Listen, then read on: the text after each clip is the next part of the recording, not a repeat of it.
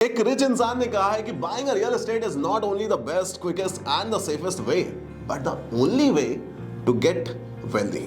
मतलब अगर आप अपने पैसों को इन्वेस्ट करके काफी ज्यादा ग्रो करना चाहते हैं और कम से कम रिस्क उसमें चाहते हैं, so real estate is the best option for you. Hi, मेरा नाम है वैभव, साथ में है सोना। आप देख रहे हैं शो प्राइम लोकेशन।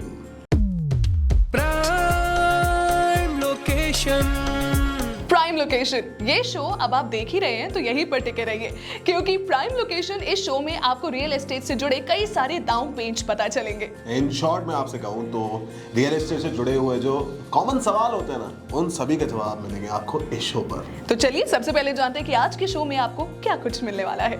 तो आज सबसे पहले हमारे वायरल सवाल में हम जानेंगे कि जब आप रियल एस्टेट के अंदर कमर्शियल प्रॉपर्टी खरीदने जा रहे हो तो किन बातों का ख्याल रखना है। और उसके बाद हम लेकर चलेंगे आपको अपनी रियल एस्टेट की डिक्शनरी की ओर, जहां पर हम ढूंढ के निकालने वाले हैं अफोर्डेबल हाउसिंग का मतलब। और जब हम जाएंगे हमारे मिथ बस्टर की ओर तो जानेंगे कि भैया, लोग कहते हैं कि रियल एस्टेट डेवलपर्स तो चाहते ही हैं कि प्रॉपर्टी के प्राइसेस जो है ऊपर जाते रहे। कितना सच है, कितना मिथ, आज के मिथ बस्टर में। और आज की फुल प्रूफ स्टोरी में जानेंगे कि कैसे लोग कभी कभी कहते हैं ना कि ये जो रिवर टच बंगलो है भाई, इसे खरीद लीजिए, काफी प्रॉफिट होगा या नहीं होगा।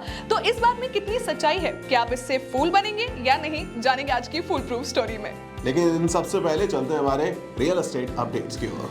सबसे पहले अपडेट की बात करूं तो केरला के chief minister mister P Vijayan ji ने कहा है कि अर्बन सेक्टर को डेवलप करने के लिए गवर्नमेंट इन्वेस्टर्स को इनवाइट कर रही है। The greater Cochin development authorities, the association of municipalities and development authorities के साथ मिलकर इस इवेंट को ऑर्गेनाइज कर रही है। नेक्स्ट अपडेट की अगर बात करें तो लखनऊ म्युनिसिपल कॉर्पोरेशन के एक सर्वे में पता चला है कि पिछले 3 सालों में 80 करोड़ रुपए का प्रॉपर्टी टैक्स चोरी किया गया है। जी हां, पिछले 2 सालों में 3.26 लाख नए ओनर्स ने अपने आप को रजिस्टर ही नहीं किया फॉर प्रॉपर्टी टैक्सेस, और वहीं 2.16 लाख ऐसे पुराने ओनर्स हैं जिन्होंने अपनी वैल्यूएशन कम बताकर टैक्स को पे किया है। नेक्स्ट अपडेट की बात करूं तो नाइट फ्रैंक इंडिया के रीसेंट रिपोर्ट में पता चला है कि इंडिया की टॉप 8 सिटीज में इस साल के 3rd क्वार्टर में रेजिडेंशियल सेक्टर में 15% का ग्रोथ देखा गया है। अक्सर हमारे जहन में ना कई सारे सवाल होते हैं, और एक चीज है जो हमसे गलत होती है, वो होती है उन सवालों के जवाब हम ऐसी जगह ढूंढने लगते हैं जहां पर उसके एक्सपर्ट मौजूद नहीं होते। एब्सोल्युटली। वैसे अगर ये कोई और फील्ड की हम बात करें तो शायद इतना ज्यादा रिस्क नहीं होता, but when it is concern to real estate तो भाई साहब एक गलत जवाब और करोड़ों का नुकसान। और आपका ये नुकसान ना हो, इसीलिए इस शो प्राइम लोकेशन पर हम ये सेगमेंट लेकर आते हैं जिसका नाम है वायरल सवाल। वायरल सवाल। हाय, मेरा नाम प्रदीप है और मैं कमर्शियल रियल एस्टेट में इन्वेस्ट करना चाहता हूँ। तो मैं ये जानना चाहता हूँ कि कमर्शियल प्रॉपर्टी में इन्वेस्ट करने के लिए ऐसे कौन से फैक्टर हैं जो मैं ध्यान में रखूँ। वैसे प्रदीप ने बहुत ही इंपॉर्टेंट क्वेश्चन पूछा है कि कमर्शियल रियल एस्टेट जब आपको बाय करनी हो तो कौन कौन से फैक्टर्स का ध्यान देना चाहिए भाई। राइट, और इसका जवाब देने के लिए आज हमारे साथ मौजूद हैं मिस्टर निखिल आनंद, जो कि डायरेक्टर है मास्टर्स इंफ्रा के। सर, हम चाहेंगे प्लीज इसका सोल्यूशन हमें प्रोवाइड करें।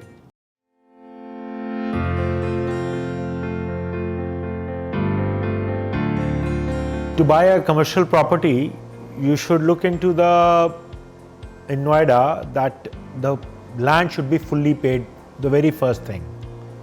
If it is not fully paid, your money is going for the purpose of buying the land by the builder, which is a very negative factor, because if he is buying the land from your money, that means he is riding on your shoulders. I feel buying a real estate property where the land has been fully paid, that is the property. Now Noida also have changed the bylaws that now whatever auctions they are doing, they are taking 100% payment from the builder in 90 days and then allowing anything else.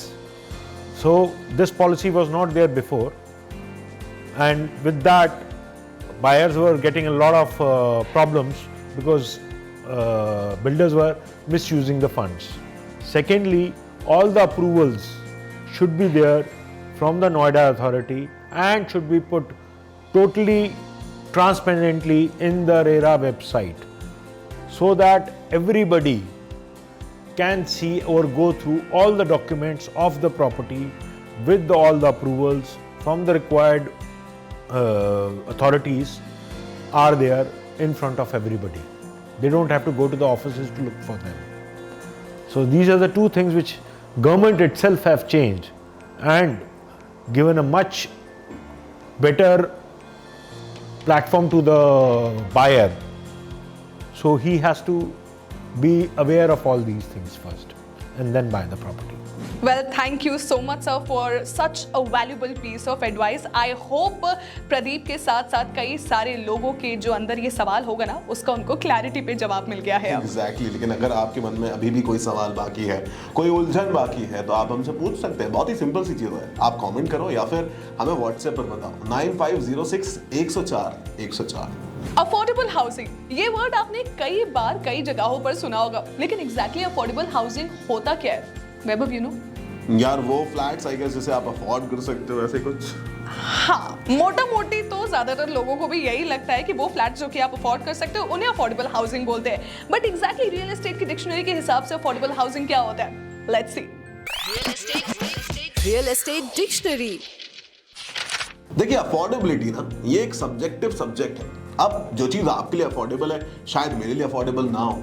So in this affordable housing, GST council के according जब आप metro cities की बात करते हो तो 45 लाख से कम दाम वाले फ्लैट्स जो कि 60 स्क्वायर मीटर से छोटे होते हैं वो अफोर्डेबल हाउसिंग की कैटेगरी में आते हैं। वहीं अगर नॉन मेट्रो सिटीज की हम बात करें तो ऐसे फ्लैट्स जिनकी कीमत 45 लाख से कम होती है और जिनका एरिया 90 स्क्वायर मीटर से कम होता है, ऐसे फ्लैट्स नॉन मेट्रो सिटीज में अफोर्डेबल हाउसिंग में क्वालिफाई करते हैं। इसका मतलब जब आप जीएसटी की बात करते हैं अफोर्डेबल हाउसिंग में तो विदाउट इनपुट टैक्स क्रेडिट होता है 1% और वहीं आप नॉर्मल हाउसिंग की बात करते हैं तो ये होता है 5%। यार सोना, मैं जब भी ना ये सपनों के घर लेने की सोचता हूँ ना अपना, पता नहीं ये अपने आप प्राइस कैसे राइज हो जाता है। मतलब मुझे लगता है ना ये पूरी जो डेवलपर्स कम्युनिटी है ना, ये लोग जानबूझ के ऐसा करते हैं ताकि इनको ज्यादा मुनाफा हो सके। क्या आपको भी ऐसा लगता है कि लोग जानबूझकर ऐसा करते हैं? चलिए जानते हैं ये है सच या फिर मिथ। Myth buster.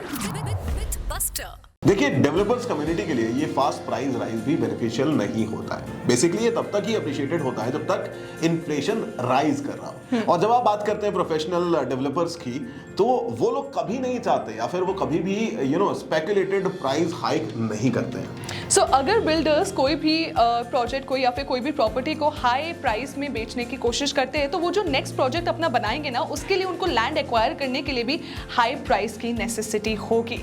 सो ऐसे में क्या होता है कि रियल एस्टेट में जितने भी न्यू एंट्रेंट्स होते हैं या फिर आप कह सकते हो कोई ऐसे लोग जो कि पैसा लेकर भागने की फिराक में होते हैं, वो जनरली क्विक प्राइस राइज को सपोर्ट करते हैं या फिर उसमें कंट्रीब्यूट करते हैं। तो ऐसे में हमारी सलाह यही है कि आप ऐसे डेवलपर्स से बचें और जेन्युइन डेवलपर्स की ओर ही जाएं। यार सोना, मेरे पास ना मेरे दोस्त का फोन आया एंड ही वाज लाइक कि यार भाई मैंने ना एक कमाल की डील क्रैक कर ली है, रिवर टच लैंड मिल गया मुझे।